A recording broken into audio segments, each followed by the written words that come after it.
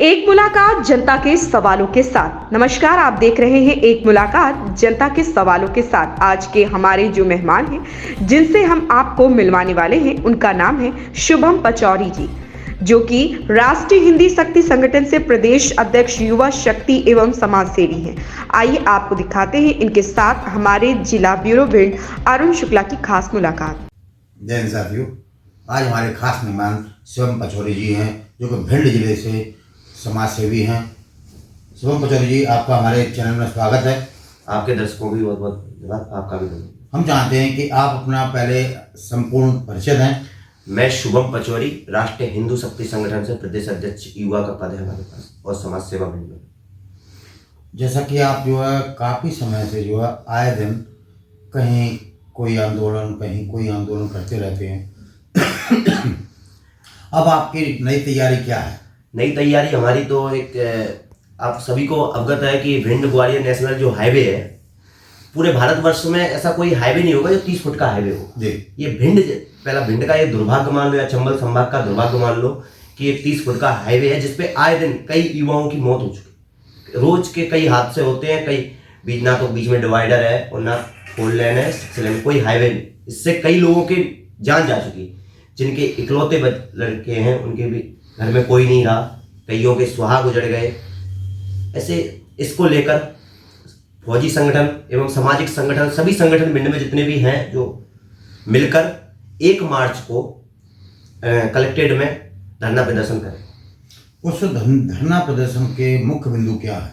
मुख्य बिंदु यही है कि हाईवे को 6 लेन बनाया जाए, क्योंकि 4 लेन की जो मंजूरी मिली है, आबादी अब बढ़ चुकी है, तो अब 4 लेन से काम नहीं चलेगा। अब अपन को 6 लेन की जरूरत है, और 4 लेन भी अभी बनना चालू हुआ ही नहीं।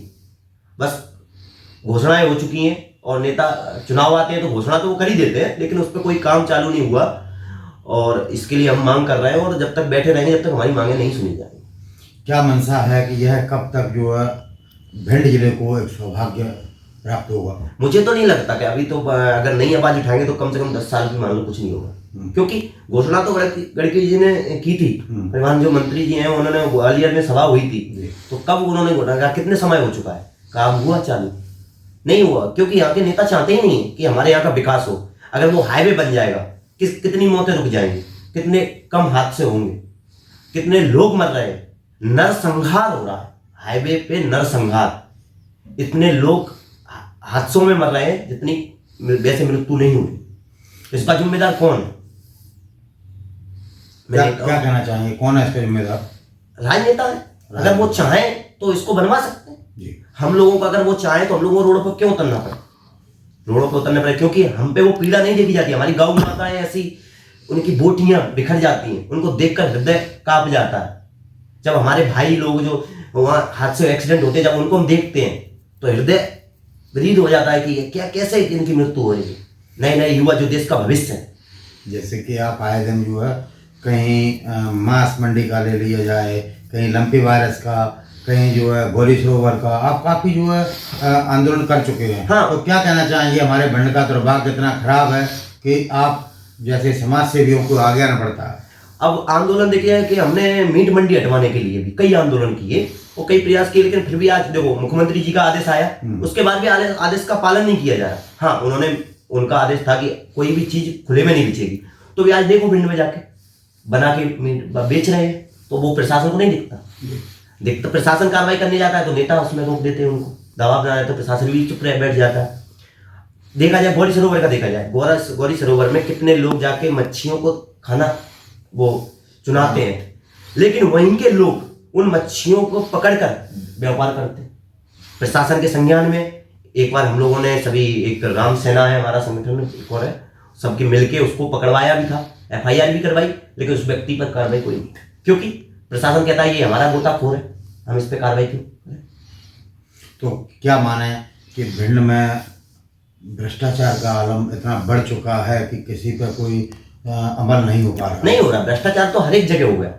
अगर हॉस्पिटल की अपन बात ले लें तो हम हॉस्पिटल आए दिन जो हमारे पास कॉल आते हैं, क्योंकि लोग विश्वास करते हैं। इसमें क्या होता है कि अगर लोगों का आप अच्छा कार्य करोगे और लोगों की मदद करोगे तो लोग विश्वास करते हैं कि हमारी ये व्यक्ति मदद कर सकता है, और उनकी राजनेता नहीं करते मदद, तो वो हम कॉल करता है कि पचौरी जी अगर हॉस्पिटल में ऐसा काम है, डॉक्टर नहीं सुन रहा है तो आप आ जाइए। तो हमारे पास भी एक नियम है हमारा कि रात को भी कोई कॉल करे तो मैं तुरंत पहुंचता हूँ। तो मैं जाता हूँ, सिविल सर्जन को भी अवगत कराता हूँ समस्याओं को लेकर, और वहाँ डॉक्टरों से भी चैट होती है कि इलाज करो, तो लौट के वो लोग ये धमकी और देते हैं कि हम आप पे एफआईआर करवा देंगे पचौरी जी, आप नेतागिरी करोगे। तो ऐसा किसने कहा आपसे? कई डॉक्टर है वहाँ पे। नहीं, फिर भी कोई एक अब नाम तो रहने दो, अब कई डॉक्टर हैं ऐसे। अब क्या उनके क्या है कि अब उनको सबूत नहीं है अपने पास कहने को, क्या नाम दे देंगे, लेकिन अपने सबूत होता, अब क्या अगली बार से अगर वो कहेंगे उस चीज को तो हम रिकॉर्ड करके और उन्हें सबूत पेश करेंगे। यानी कि आपने देखा कि शिवम पचौरी जो है लोगों की सेवा के लिए हमेशा तत्पर रहते हैं, लेकिन देखने को क्या नजर आ रहा है कि जिस विभाग में शिवम पचौरी पहुंचते हैं तो वहाँ के ही आला अफसर इस तरह से उन्हें जो है धमकाते हैं कि हम आपको जो है एफआईआर करवा देंगे, आपको प्रताड़ित करेंगे। यानी कि एक समाज सेवी की जो कहते नहीं है वर्चस्व एक राजनेता या एक आला अफसर द्वारा उसको तहस नहस करने के लिए तैयार है। मैं शासन से अपील करना चाहूँगा अपने चैनल के माध्यम से, शिवम पचौरी जी जैसे हमारे भिंड जिले में तमाम समाज सेवी व्यक्ति हैं। मैं ये कहता हूँ, वहाँ पे मैंने सिविल सर्जन को कई बार अवगत कराया कि जो वहाँ नर्सें हैं, पेशेंट जाते हैं, देखो क्या है, आम आदमी वहाँ जाता है इलाज कराने, तो उसको जो पीड़ा होती है तो वो डॉक्टर से बोलेगा डॉक्टर साहब पीड़ा हो रही है, तो उसको तो एक सही तरीके से उससे बात की जाती, तो उसके साथ गलत व्यवहार किया जाता है। अड्डा बन चुका है कि 500 रुपए लाओ, एक तो दलाली का अड्डा बन चुका है। और ये हॉस्पिटल जिला अस्पताल नहीं है, इसको नरक द्वार कहिए। जिला अस्पताल में जो गेट पे लिखा है ना, उस पर नरक द्वार लिख रहे हैं, क्योंकि लोग इतने परेशान होते हैं वहाँ। मैं पर डे देखता हूँ तो मुझे बड़ा दुख होता है, किससे कहें, किससे आवाज उठाएं, क्योंकि सबके लिए पचौरी खटकते हैं, क्योंकि पचौरी सत्य बोलता है। तो सभी धमकियां, जो भी अधिकारी के पास जाओ तो वो धमकी की एफआईआर, और कई एफआईआर हम पे केस चल रहे हैं। समाज सेवा में कहते नहीं कि हमको ये परिणाम मिला है, ये इनाम मिला है, कि कई केस हम पे फर्जी लगाए गए और उनके मैं आज भी तारीखें कर रहा हूँ। आपने देखा यानी कि शासन का और राजनेताओं का दबाव इतना है कि समाज सेवी आगे नहीं आ पा रहे हैं।